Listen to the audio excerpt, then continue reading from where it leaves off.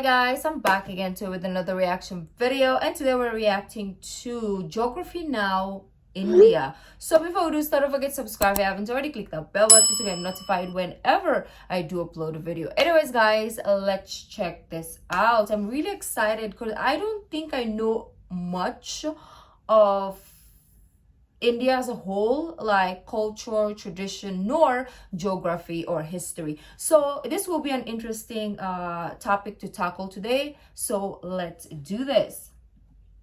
So, we have finally encroached upon the giant India. Some of you have been waiting a long time for this episode. I'm just gonna say straight up, you all know India is incredibly complex and diverse. Even Indians have trouble understanding their own country. Obviously, I won't be able to scratch even the surface in this episode, but I'll try my best. A lot of you Indian geography peeps have helped me along the way, so thank you. And without further ado, let's begin. It's time to learn geography now! Hey everybody, I'm your host Barbie. This place doesn't even need much of an introduction. Everybody has heard of India. It's big, it's loud, it's colorful, and most importantly, it has a plethora of confusing territorial anomalies that I just can't wait to cover. Here we go.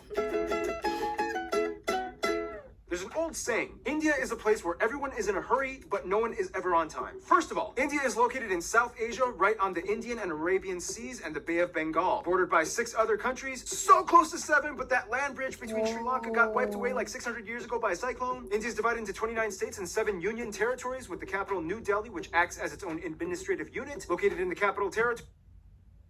Very complicated. How do you guys do geography class? That is a lot to remember. Like, for small countries, we're already having tough times to kind of like remember everything that we were taught.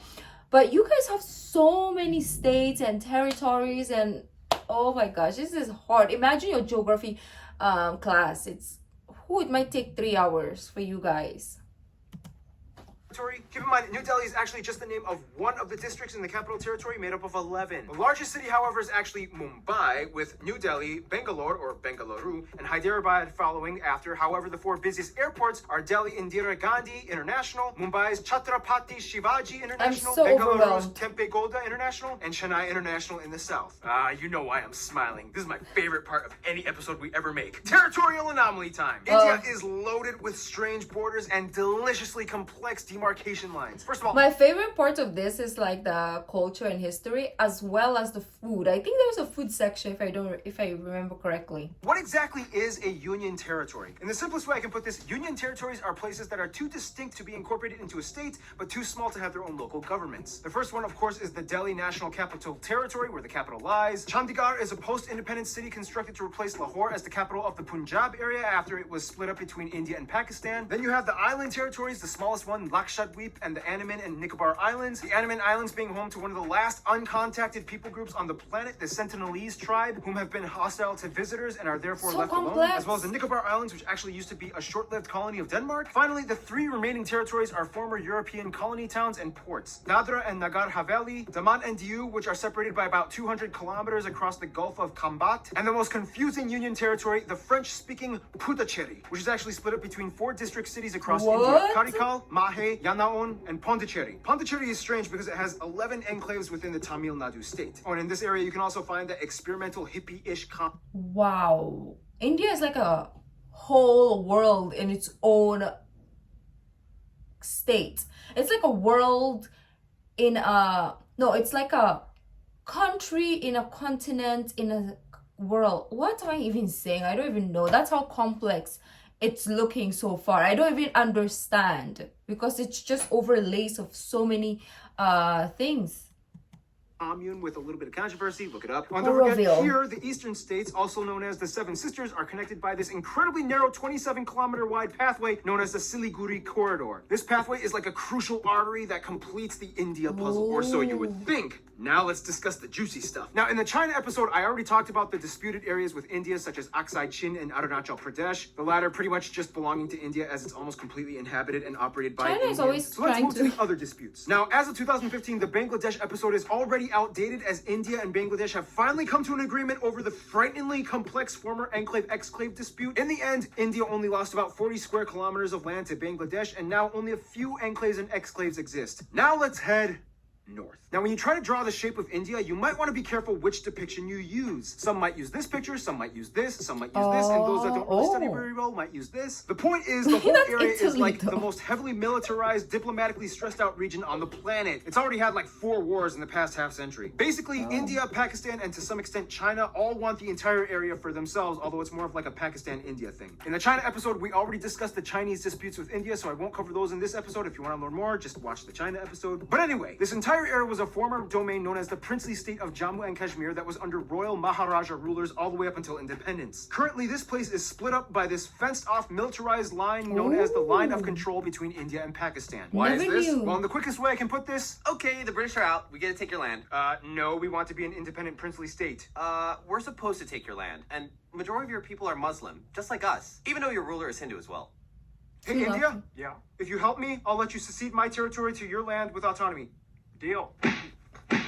Ha! Your problem now! I love how Mike played India. He totally represents India. Oh, and keep in mind, Pakistan's capital, Islamabad, is less than 80 kilometers away from all that drama. The line of control meanders through the mountains until it stops at a point called NJ9842. This is where things get really crazy, because from there you hit the Siachen Glacier, the second longest non-polar glacier in the world, and this is pretty much the dead man zone. After point NJ9842, you hit the actual ground position line, a series of military outposts that extend all the way to the Chinese border. That means everything in this area is ground zero for the Indo-Pak tension. And you know, the crazy thing is there's actually literally small towns of normal, regular civilians living in these areas high up in the mountains, many of which just go about daily life, going to work and raising their families. Otherwise, they have a river dispute with Nepal and various river islands disputed with Bangladesh. Outside of all the dispute stuff though, India not only has the world's second largest road network and 3 of the world's top 10 megacities and their own space program, but they also have a copious abundance of landmarks and notable sites, way too many to list, but some of the ones that you guys, the Indian... It's crazy how like everyone knows India, but we don't really know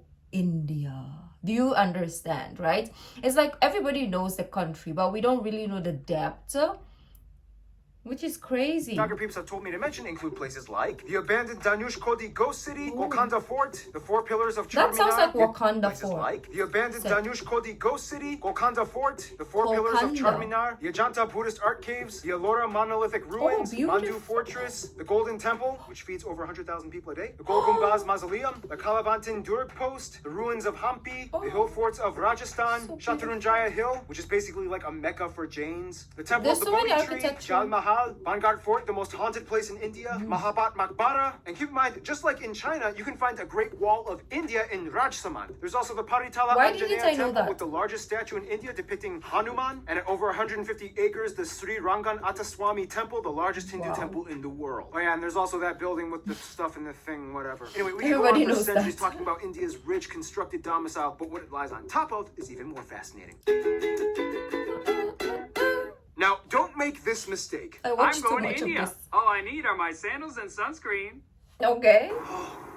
Oh, now, as the 7th largest country in land area, India has a wide range of landscapes, climates, and elevations that all contrast from one corner to the other. First of all, let's talk about the north. India sits on the Indian tectonic plate that essentially smashed into the Eurasian plate, which in return created the largest mountain range in the world, the Himalayas. The force is so strong that it's estimated that the Himalayas grow about 2.4 inches or 6.1 centimeters every year. There's also where you can find Kanchenjunga, the tallest mountain in India, or the 3rd in the world, right on the border of Nepal. Keep your eye on these mountains. These are pretty much the source of most of India's major rivers that give life to the whole country. That's why India takes these mountains so seriously. You can also find the largest natural lake, Wular, up in the Jammu Kashmir area. Below the Himalayas, you reach the North Indian River Plain, sometimes referred to as the Indus Ganga. This is the most fertile part of India, where the most important rivers like the Ganges and its tributaries flow. Heading a little south, you reach the Satpura and Vindhya ranges that pretty much divide North India from South India. On each side, you get the West and East Ghat mountains, which in return creates this massive triangle thing called the Deccan Plateau. This place is moderately forested, especially in the east, in the Chotra Nagpur Plateau, where you get a section of the swampy Sundarbans that they share with Bangladesh. Check out the Bangladesh episode. Head a little west and you get the dry Thar Desert along the border with Pakistan, as well as the Rann of Kutch, known as the Salt Desert. And finally, the only active volcanic area would be the Andaman and Nicobar Islands, with Barren Island having actual conical eruptions and Bharatan having tame mud volcanoes. Now here's the thing, although India has a relatively high population density, they do relatively well with maintaining their ecological footing. In fact, in 2016, they beat a world record by planting, disputably, 50 million trees in one day. They've also agreed to reforest about 12% of the country by 2030. The most heavily forested area being the 7 sister states in East India. Now, one of the factors that contributes to this would be the fact that India has the lowest meat consumption in the world, with the highest population percentage of vegetarians at around 40%, most of whom are lacto-vegetarians that consume milk products. By the way, in India, when buying groceries, this label means vegetarian and this one means not vegetarian. Nonetheless, the remains of I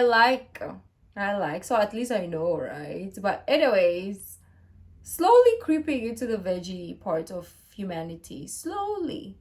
I'm still holding on to my fish and chicken, but everything else is kind of like slowly fading away. I'm giving up all those. population does typically eat some kind of animal protein, mostly in the forms of seafood or chicken, but almost never beef or pork unless if you are part of the Muslim or Christian minority. Okay, I think I belong. I just said that. And here you go. Here you go. Because that is literally my diet. It's all plant or fish and chicken. Chicken maybe like once a month. Fish maybe every other week. And then mostly vegetables. Minorities scattered throughout the west and east areas. Now let's talk about the role of cattle, shall we? India has more cattle and livestock than anywhere else in the world at around 330 million. And it's interesting because since they have prevalent Hindu traditions, the killing of cows is illegal in many of the states except for a few, and each state has varying degrees of punishment for committing intentional cow slaughter. Keyword intentional. Cows accidentally get hit by cars all the time. Once a cow is too old to produce milk, it typically is released into the open to die naturally in the wild, ideally. Nonetheless, male cattle get it much worse as they are deemed as kind of useless. Some places use them as draft animals for labor. Some religious sects use them as sacrifices, but otherwise they are typically sold to the underground market for beef or hides. To this day, there are about 6 times as many female cows as male cattle in India. Do you guys have like Western supermarkets wherein people can buy like beef? Let me know, because I mean, it's so intrigued. Maybe I should react to some like vlogs, or let me know in the comments so that we can react to those. Means, yeah, something's happening to the males. Nonetheless, India does have the 3rd highest carbon emission rate after China and the US, 4th if you consider the EU. However, emission per capita, they rank pretty low at only about 2 kilotons per person. Contrast that with Qatar at about 40. There are 94 national parks, 501 animal sanctuaries across the country where you can find some of the national animals like the peacock, the Ganges River dolphin, the king cobra, the Indian elephant, and the highest population of Bengal tigers in the world, which are all highly protected. India also has the most irrigated land in the world, which allows them to become the #1 producer of multiple products like millet, bananas, lemons, limes, which allows them to become the #1 producer of multiple products like millet. What is a milk? Let me know, guys. I don't know a lot of Bananas, things. lemons, limes, mangoes, ginger, mango. chickpeas, milk, butter, fennel, jute, and about 75% of the world's spices alone come from India. Speaking of which, food! Typically you can find the staples roti, chapati, and naan in the north, idli and dosa in the south, and everybody eats rice. The more commonly commercialized Indian foods that we in the West grew up knowing, like samosas, tikka masala, tanduris, and my favorite Indian dish, palak paneer. I don't even know These what usually come from the northern regions of India. Seriously, India, you took spinach and made it fat. I love you guys. Otherwise, the West is mostly known for their and pickled foods, as well as beef, since there's a high number of Muslims and Christians. The South uses a lot more coconut and has some of the best curries like porials, sambras, rasams, and tutus. And the East is known for having the best desserts like peda, mishti doi, rasgulla, or shondesh. Speaking of which, India is so diverse and complex that sometimes even Indian people need translators when going to different states. It's about to get 10 times more confusing in about 3, 2, 1. Shashti Tharoor once said, "In India, we celebrate the commonality of major differences. We are a land of belonging rather than blood." First of all, India has a population of about 1.3 billion people and is the 2nd most populous country in the world after China, with about 18% of the world's population. Whoa. About 72% of the country is Indo-Aryan and a quarter are Dravidian, and the majority of the remainder are Mongoloid, Asian, and other people groups. They also use the Indian rupee as their currency. They use the type C, D, and M plug outlets, and they drive on the left side of the road. By the way, technically it's illegal for these banknotes to leave the country, but you guys have sent me a lot of them for fan mail for Fan Friday. It's illegal? So I don't want to go to jail. Are you sure? Again. Now keep in mind, those statistics that I just mentioned are incredibly generalized. Of the Indo-Aryan and Dravidian communities, there are about 2,000 different ethno-linguistic people groups in India, with about 645 district indigenous tribes, 52 major ones. So obviously we can't cover them all, but what we do know is that the North is very different from the South. For one, the North mostly speaks in languages that are all related to the Indo-Aryan branch, with languages like Hindi, Bengali, Punjabi, and Gujarati, whereas the South speaks a completely unintelligible Dravidian branch with languages like Tamil, Telugu, Malayalam, and Kannada. There's so many. Otherwise, there's also Canada. pockets of Sino-Tibetan and Austroasiatic languages spoken in the far north and east. Wait, so how do they all like communicate yeah. with each other? Great question. Although India does not have an official language, there are 22 recognized national languages, and of There these, is no official language, so you just have to be like, when you go, you better know at least 2 or 3 of these to be able to communicate. Oh my gosh, that's crazy. these 2 are the most prevalent, taught in schools, and used by government officials, Hindi and English. And very often these 2 are like mixed mid-sentence. It's weird. Don't be surprised if you hear someone speaking Hindi and then suddenly finishing off in English. It's like, Like- Sabi ko tubigalas versus. And I was like, what this? And I was like trying to, like, why are you even trying to do that? I know, right? Para si kapag wala pa na- and the washing machine, I told them, about I thought they were really now, of course, speaking, let's but they're discuss the not. one thing that goes hand in hand with India, Hinduism. About 80% of India claims to be Hindu, or at least part of the Hindu practicing community. Now, we don't have time to explain everything about the tenets and multi-layered philosophies and practices of Hinduism. If you want to know, just talk to a Hindu person. But basically, one thing you do need to know is that Hindu-driven ideologies pretty much dominate most of life in India, everything from family to business. You will see colorful, mesmerizing shrines, temples, statues, and rituals being performed everywhere, even in public. Oh, and the Bharat Mata, the mother of India, statues are everywhere. She's like the symbol of India. The largest Hindu pilgrimage, the Kumbh Mela, happens every 3 years, rotating Kumbh between Mela. 4 cities, in which the adherents bathe in Oh. the Ganges River and enjoy a What? happens every 3 years, rotating between 4 cities, in which That is a lot of people in one place. I'm already like having anxiety. the adherents bathe in the Ganges River and enjoy a massive festival with tens of millions of people. Like, seriously, you can practically see it happening from space. Now, a controversial topic in relation to Hinduism would be the caste system, which is basically a belief that people are born into a socioeconomic life that they are destined to serve into. Today, however, the system is more fluid and loose from what it used to be from a long time ago. And thanks to economic reforms, anybody with enough drive can kind of move up the social ladder regardless of birth. Nonetheless, India is home to every major True. religion in the world, even a few Jews, including the B'nai Menashe, an indigenous group that claim to be one of the lost tribes of Israel. In fact, Judaism and Christianity actually had a head start in India way before it even kicked off in Europe. As tradition holds, Cochin or Malabar Jews migrated around 1000 BC to trade during the times of King Solomon, and in 53 AD, Thomas, the apostle of Jesus, arrived in what is now the state of Kerala to establish the first church in India. Today, most Christians are found in the Oh. southwest and far east Seven Sisters regions. India also holds the highest population of Sikhs, Jains, and Zoroastrians, mostly found in the north, and the second largest Muslim population in the world after Indonesia. Most Muslims are populated Oh. around the northwest areas by Pakistan or in the east by Bangladesh. Oh, and don't forget the Buddhists. In fact, Buddhism actually started in India. Today, the Dalai Lama even takes refuge in Tezpur in the state of Assam. Oh, that was a lot of information. Okay, so by now you can probably get a grasp of how incredibly mixed and diversified India's population is. But what Super. exactly holds the country together? Well, for one, you kind of have to understand Indian history, which will take way too long to explain, but in the quickest way I can put it, Indus Valley, Maurya and Gupta empires, southern empires, Golden Age, Middle Kingdoms, a ton of new religions come flocking in, the north fell to the Delhi Sultanate, the south became the Vijayanagara Empire, Mughal Empire starts, British East India Company, direct British rule, nationalism movements, independence, republic, economic liberalization in 1991, and here we are today. Okay. Vijaya.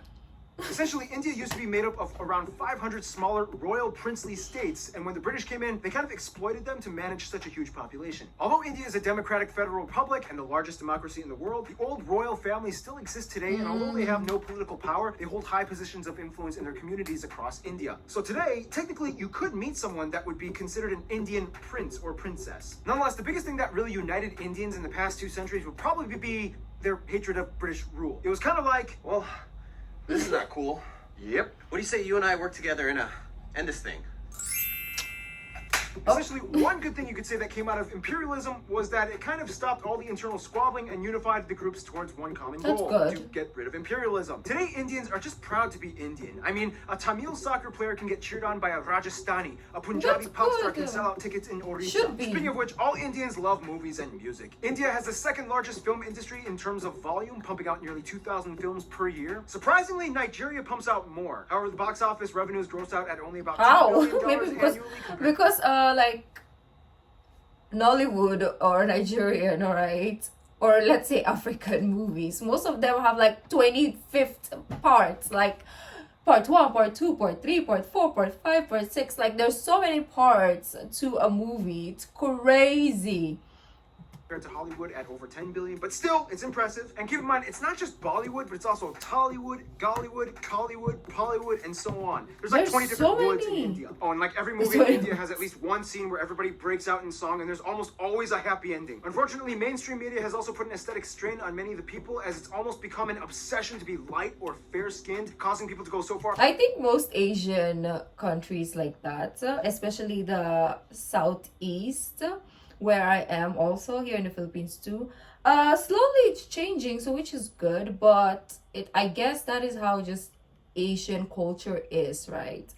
As to buy skin bleaching products. Some other controversies include things like illiteracy being an issue in many parts of the country, especially in the rural areas. But I mean, come on, when your country has literally hundreds of different writing systems, go figure. I mean, give them a break. Also, many of you guys, the Indian geography peeps, have asked me to bring awareness to the fact that India does unfortunately have some of the highest rates of human trafficking and child slavery. The government is trying to crack down and culture is slowly being reformed, but for now, it's a sad reality that still does exist. Hey, here at GN, we talk about the good and the bad. I'm just saying. Otherwise, sports do definitely tie everyone together as well, especially cricket, the national sport, even though they also used to do really well in field hockey. Have I India also has reacted a lot to of their own cricket? indigenous sports like Dopkel in Maybe. Assam, bull racing in Kerala, Insuknar, rod pushing in Mizoram, and Malakamba, the strange pole yoga gymnastics thing in the south. Otherwise, some notable What people is from India that? or of Indian Sorcery. descent might include people like Siddhartha Gautama or the Buddha, Mahavir, Ashoka the Great, Prithviraj Chauhan, Aurangzeb, Shivaji of the Maratha I have Empire, no idea Mohandas what or this is. Mahatma Okay. Gandhi, Indira Gandhi, Subhash Chandra Bose, Jawaharlal Nehru, Rabindranath Tagore, C.V. Raman, Satyendra Nath Bose, Bhagat Singh, I don't know half of Dr. these APJ people. Abdul Kalam, Shah Rukh Khan, Amitabh Bachchan, Amir Khan, Salman Khan, Priyana Chopra, Ben Kingsley, Sundar Pichai, Satya Narayana Well, the Nadella, recent A.R. ones, Rahman, yes, we Sachin know Tendulkar, them. and Mahendra Singh Dhoni. There's also literally millions of other famous people I missed out on. If you want to mention them, please, there's a comment section below. Use it. In the meantime, we got to finish this info marathon, shall we?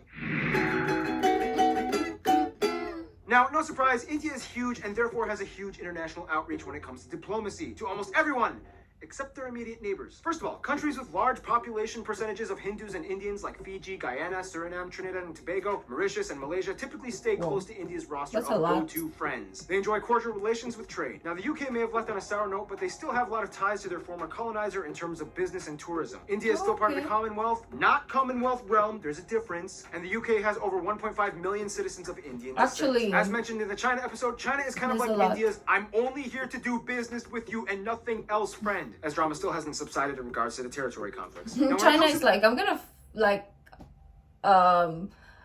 be enemies with a lot of people, but of course when it's business, it's a different topic. the US, things started kind of sour back in the 70s during the Indo-Pak War of 1971, when the US sided with Pakistan, their arch nemesis. Today, relations have cooled off. Mostly, the US supports India's move towards democracy and is a key ally in the Okay. military conflicts in the Middle East. When it comes to their best friends, however, most of the Indians I talked to have said Russia and Bhutan. Russia because during the Indo-Pak Wars, Russia came in and supported them, and ever Oh, since wow. then, each country has held a high position of respect for the other, especially as global superpowers. Bhutan and India signed a treaty of friendship almost immediately Oh, after wow. independence. The two countries have shared interests and a currency-pegged system as well. Bhutan even supported the annexation of their cousins in the Sikkim state into India, as it gave a nice buffer of land from China's stake to their claim. In conclusion, you will not find anywhere else on Earth like India. Thousands and millions of people inhabiting a colorful, majestic, green, slightly gritty at times slab of Earth, blessed and cursed in so many ways, yet wonderfully harmonized, mostly in a unity unlike anywhere else. In the end, that's India. Stay tuned. Indonesia is coming up next. I think I did react to Indonesia, but that was a really like interesting. There's so many things that obviously I didn't know, and I don't think I would have ever known, because we don't really look into India in that like depth, and this is not even deep. It's just scraping the surface of the basis of history, culture of India. So there's so much more to learn, and I'm really like excited to check out more, especially like the cultural aspect and the food, obviously. So let me know what you guys thought, what you guys want me to react to next. If you like this video, don't forget to give this video a thumbs up, subscribe if you haven't already. I'll see you in the next video. Bye.